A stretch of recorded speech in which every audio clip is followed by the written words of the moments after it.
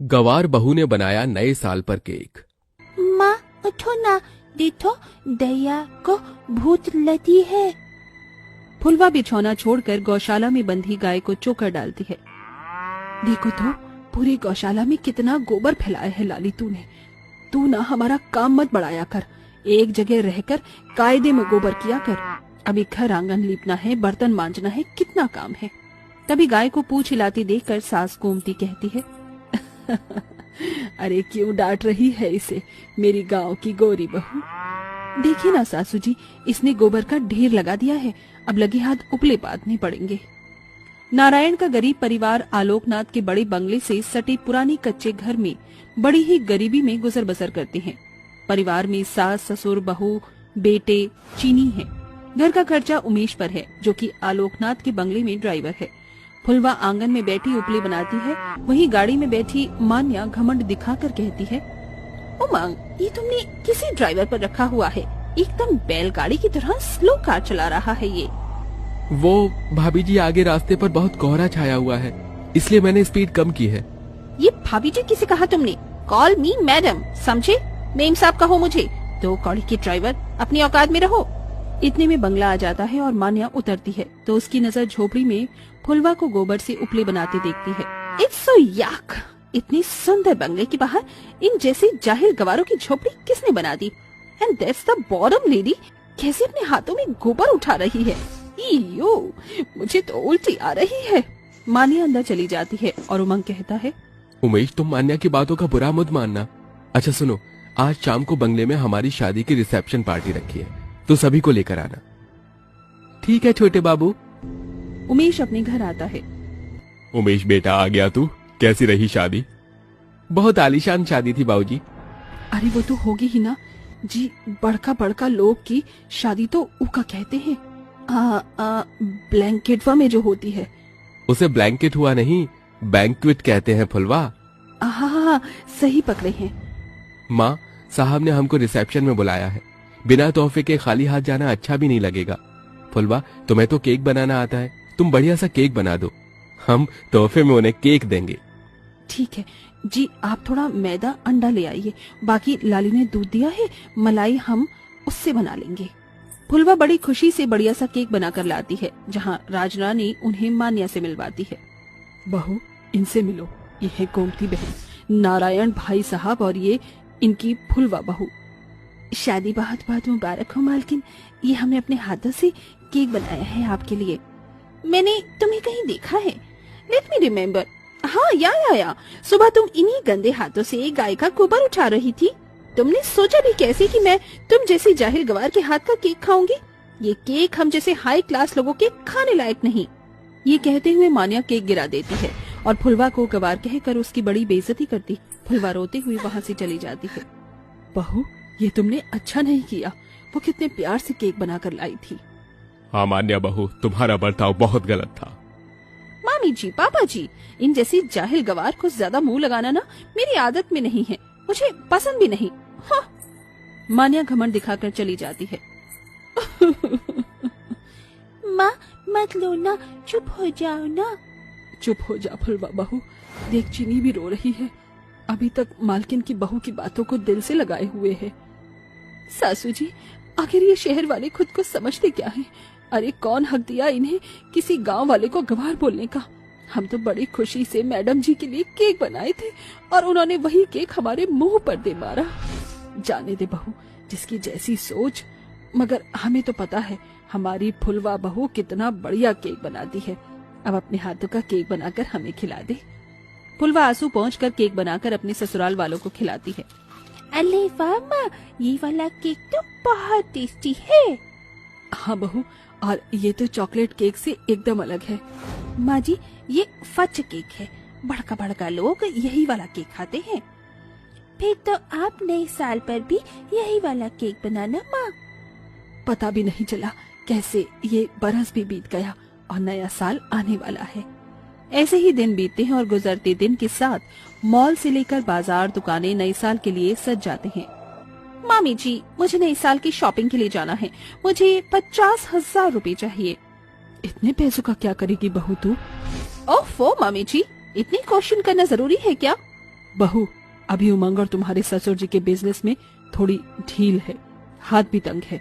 हर साल मैं और तुम्हारे ससुर जी गरीबों में नए साल पर कंबल दान करते हैं, बस उसी के लिए पैसे रखे हैं। इस बात से मान्या चिढ़ जाती है। मामी जी, अरे इतने बड़े घर की बहू होकर भी मुझे 50,000 रुपए के लिए आपके आगे हाथ फैलाना पड़ रहा है, जबकि ससुराल में ये मेरा पहला नया साल है। मगर आपको मेरी खुशियों की नहीं पड़ी, बल्कि 2 कौड़ी के गरीब भिखारियों में कंबल दान करने की पड़ी है। बात बिगड़ती देखकर राजरानी रखे हुए पैसे मान्या को दे देती है। उन पैसों को मान्या नए साल की शॉपिंग पर फिजूल के पैसे खर्च करती है। वहीं दूसरी तरफ, माँ 2 दिन बाद नया साल है, तो मेरे लिए केक बनाओगी ना? हम भी नया साल मनाएंगे ना? अपनी 4 साल की बेटी चीनी की आंखों में आने वाले नए साल की खुशी और केक खाने की ख्वाहिश पर फुलवा की आंखें भर आती हैं। जी, मालिक ने पैसे दिए क्या? नहीं फुलवा, मालिक बहुत चिंता में है। उनकी बहू बड़ी खर्चीली है। तो क्या इस साल हम गरीबों के घर में नया साल नहीं मनेगा? और चीनी की खुशियों का क्या? हम बड़े तो उस दिन रूखी सूखी रोटी भी खा लेंगे, मगर मेरी बिटिया केक जरूर खाएगी। आप मुझे थोड़े पैसे दे दीजिए, मैं उसी में कर लूंगी। ये लो फुलवा, मेरे पास इतने ही हैं। जहाँ एक तरफ गांव की गरीब बहू फुलवा थोड़े में भी सामान खरीद लाती है, वहीं अमीर बहू मान्या महंगा केक ऑर्डर देती है। सुनो भैया, मैंने केक ऑर्डर किया है। कल मेरे घर में न्यू ईयर पार्टी है, आप एड्रेस लिख लो। मैम, जैसा केक आपने ऑर्डर किया है वो बहुत ही महंगा है, इसलिए 10,000 एडवांस पे कर दीजिए। मान्या पैसे देकर घर आ जाती है।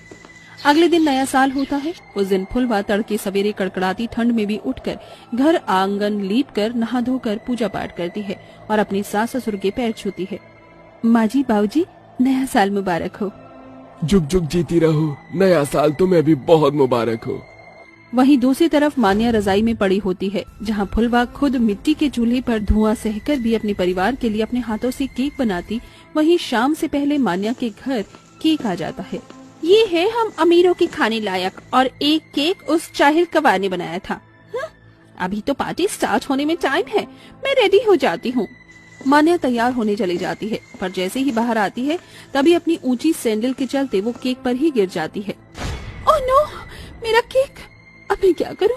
सारे गेस्ट आने वाले हैं और केक की दुकान भी यहाँ से 1.5 घंटा दूर है। आज तो मेरी इज्जत का फालूदा बन जाएगा।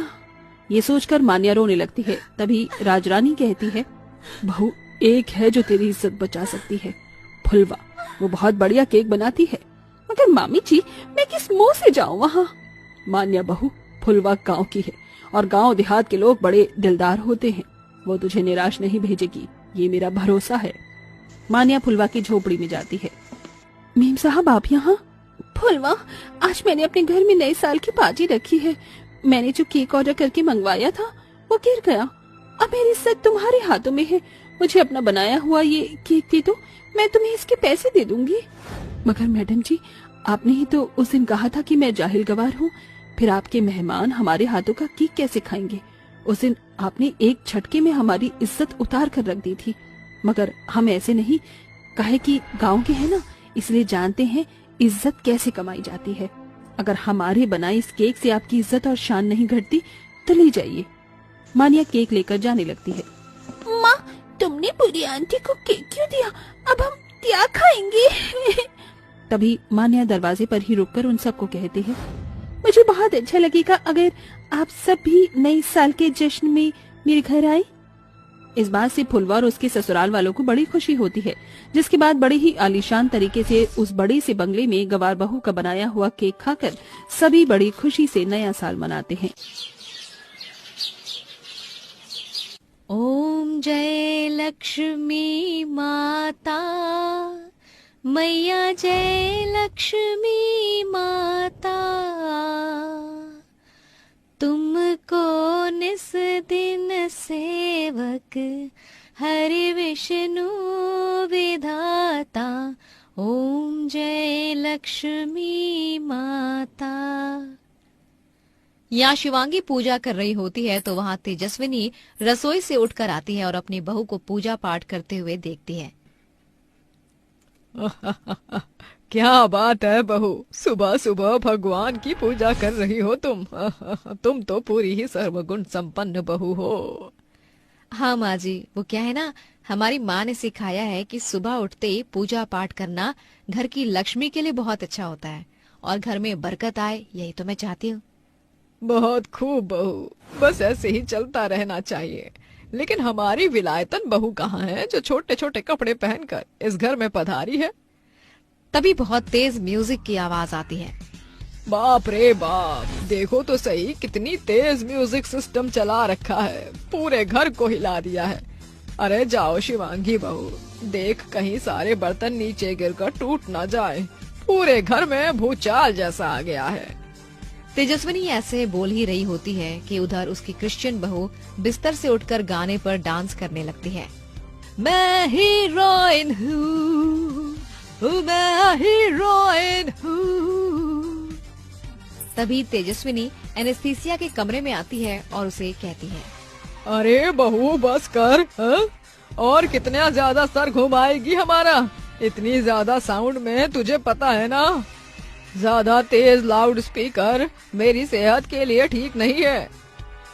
जी आपकी सेहत के लिए तो कुछ भी ठीक नहीं है। ये गाने तो मैंने इसीलिए बजाए हैं क्योंकि आज क्रिसमस है, आज मेरा दिन है, आज सेंटा क्लॉज के आने की तैयारी करनी है। हाँ बहू, मुझे भी पता है कि तू हमेशा क्रिसमस डे बनाती है, लेकिन थोड़ा सा अपने पहनावे में सुधार ला। है? ये तूने क्या पहना है? अरे गांव की औरतें देखेंगी कि हमारी बहू इतने छोटे कपड़े पहनती है तो क्या ही सोचेंगी। ओहो माँ जी, आप तो अभी भी ओल्ड जमाने में जी रही हो। अरे जमाने के साथ चलो। और फिर मैंने बचपन से ऐसे कपड़े पहने हैं, मुझे इन्हीं कपड़ों में कंफर्टेबल लगता है। समीर सो रहा है, देख रहा है अपनी पत्नी को, अपनी सास की एक नहीं सुनती है। आज मोहल्ले की औरतें जब घर पर आएंगी क्रिसमस पार्टी के लिए तो उन्हें कैसा लगेगा बहू के छोटे कपड़े देखकर। माँ आप चिंता क्यों कर रही हो? मैंने पहले ही एनेस्थीसिया की लॉन्ग ड्रेस मंगवाई है, पूरा गाउन है जिसमें वो पूरी ढक जाएगी, कोई उसे कुछ नहीं कहेगा और क्रिश्चियन लुक भी आ जाएगा। अरे हाँ, वो तो मैं देखती हूँ शाम को तेरी पत्नी क्या पहनती है और क्या नहीं। तेजस्विनी की एक बहू तो घूंघट वाली होती है जो कि बहुत ही संस्कारी होती है। वो पूरे घर में पूजा पाठ करती है, जिसके चलते तेजस्विनी उसकी बहुत तारीफ करती है। सभी लोग नाश्ते की टेबल पर आ जाते हैं, जहां शिवांगी सभी के लिए उनकी पसंद का नाश्ता बनाकर तैयार करके उन्हें देती है। आप सभी का गर्मा गर्म नाश्ता तैयार है, आप सभी नाश्ता कर लीजिए, उसके बाद मैं क्रिसमस के लिए घर को सजाना शुरू करूंगी। आह, क्या खुशबू आ रही है खाने से। अरे बहू, हमारे तो भाग्य ही खुल गए, जब से तू घर के अंदर आई है। रोजाना स्वादिष्ट खाना खाने को मिलता है और एक वो निकम्मी है जो कभी खाना बनाने में हाथ ही नहीं लगाती, ऊपर से फ्री पॉकेट का खाने के लिए आने में भी बहुत आनाकानी करती है। तभी वहाँ पर एनेस्थीसिया आ जाती है और अपनी ड्रेस दिखाते हुए कहती है, तुम्हें कैसी लग रही हूँ? मुझे पता है क्रिसमस के लिए मैं यहाँ बहुत प्यारी ड्रेस पहन कर आई हूँ, तो अच्छी ही लग रही होंगी ना। वैसे आज नाश्ते के लिए क्या बनाया है माँ जी? हे भगवान, जिस चीज का डर था वही हुआ। देखा, मैंने कहा था ना समीर, तेरी पत्नी किसी की नहीं सुनती है। इतने छोटे कपड़े पहन कर आई है। अरे मेहमान आएंगे तो अगर इसे इतने छोटे कपड़ों में देखेंगे तो क्या सोचेंगे। अरे शिवांगी बहू, तू ही इसे कुछ सिखा दे। एक तो तू इतनी संस्कारी और ऊपर से ये है कि जो छोटे मोटे कपड़े पहनकर जब मर्जी कहीं भी आ जाती है। आपको दिक्कत क्या है मुझसे? हाँ, मुझे तो यही समझ में नहीं आता। अरे मैं कितने महीने से यहाँ ऐसे ही कपड़े तो पहन रही हूँ ना, लेकिन फिर भी देखो रोजाना आपकी आदत बन गई है मेरे कपड़ों को टोकने की। कम से कम आज क्रिसमस डे का दिन है, आज के दिन तो चुप हो जाती। एनेस्थीसिया शांत हो जाओ, मुझे ये बताओ कि तुम्हारी जो ड्रेस मैं लेकर आया था तुमने वो क्यों नहीं पहनी? वो बहुत बड़ी है, उसमें मुझे घुटन हो रही है। हे भगवान, बताओ तो, यहाँ 4 स्वेटर पहने हैं, ठंड इतनी हो रही है और इस लड़की को जवानी चढ़ी है, अब कौन ही समझाए। माँ जी आप शांत हो जाइए ना, आपका बीपी लो हो जाएगा। बहू, तुझे मेरी कितनी चिंता है, तू तो बहुत अच्छी है। तेरी तारीफ करते करते तो पूरा दिन ही निकाल दूं मैं। और इस एनेस्थीसिया को देखो, मजाल है कि अपनी सास की कोई बात सुन ले। खैर, मैं तो जा रही हूँ अपनी सहेली के घर। अब तुम ही देख